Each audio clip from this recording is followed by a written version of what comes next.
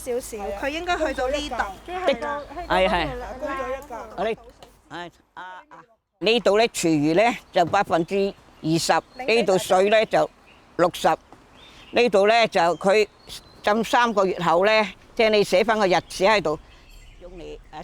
呢度係薄扶林村，村民蘭姐正喺度教其他村民整環保酵素。就落橙皮、金皮啊，好好啊！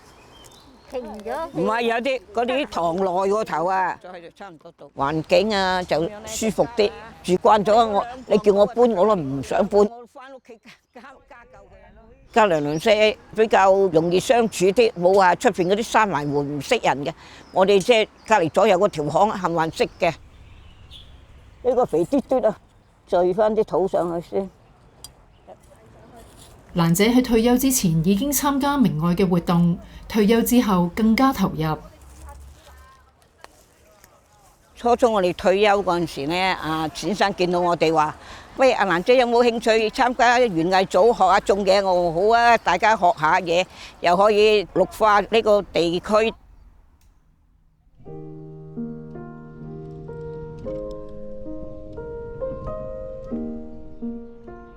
明愛組喺1991年已經服務薄扶林區，之後隨住附近嘅林屋清拆，就集中喺薄扶林村服務。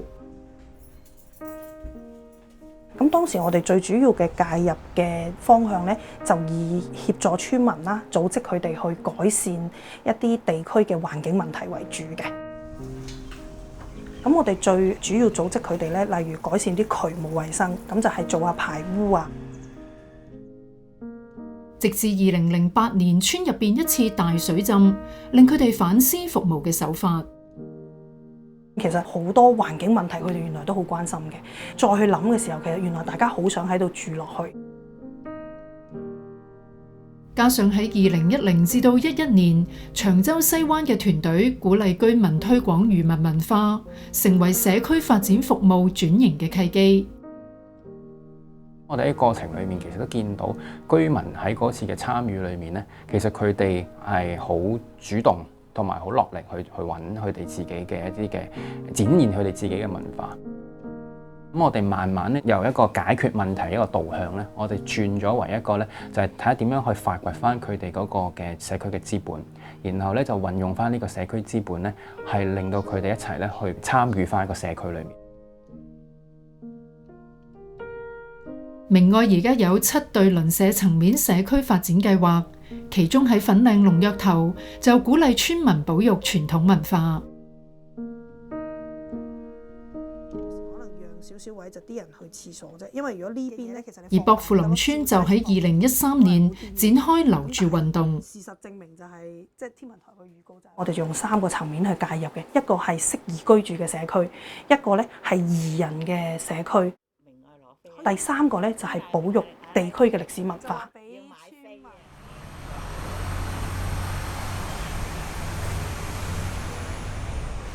以前咧其實就係官立小學嚟嘅，咁我都喺度畢業嘅，即係讀到7幾年嗰一陣時。咁啊啲村民就好。一班薄扶林區嘅街坊呢一日參加薄扶林村導賞團，由村民華哥負責導賞。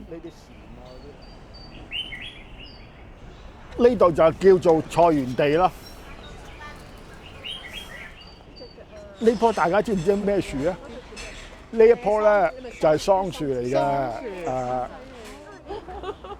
邊個人夠膽試啊？哇！呢個熟晒啊！呢個紫色啊！正啊！呢個華哥早期已經加入排污工作小組，大約10年前開始做埋導賞員。我哋保育小組咧就想培養一班新嘅人咧，等佢多啲認識薄扶林村啊咁樣，希望佢有興趣參加我哋小組做保育嘅工作。慢慢上斜路嘅，有啲辛苦啊！呢度就係街坊福利會咯。哦。咁主要咧就係話翻俾香港其他嘅居民聽，香港都係條薄扶林村，有200幾年嘅歷史，都係值得保留嘅。好彩，即係話一路做導賞，慢慢薄扶林村喺香港以外或者係台灣啊、新加坡嗰啲都有啲團體咧，就特登嚟參觀。呢一個咧就叫做草籠，勾啲草出嚟，然之後用個人力嗰啲推車咧，咁推去俾啲牛食。俾啲牛食咯。啊！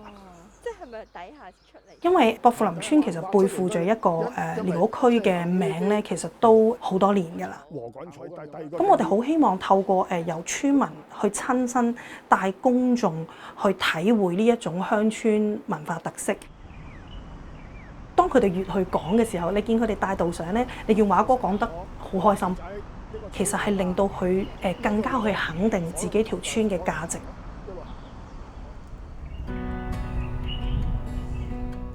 由村民同明愛合作活化舊牛奶公司高級職員宿舍嘅項目，2023年3月正式開幕。咁其實村民好想做嘅時候，明愛又陪佢一齊做啦。重重關卡底下，令到佢哋嘅夢想希望可以實現，就係做一個以地區為一個推動力嘅保育項目。佢到中秋咧，佢條火龍咧會遊村㗎。因為咧已經成4年前啦，其中我哋相信地區嘅人民係擁有佢嘅力量嘅。我哋希望繼續咧呢股存在於地區每一個人身上嘅力量咧，可以喺個社區度展現出嚟。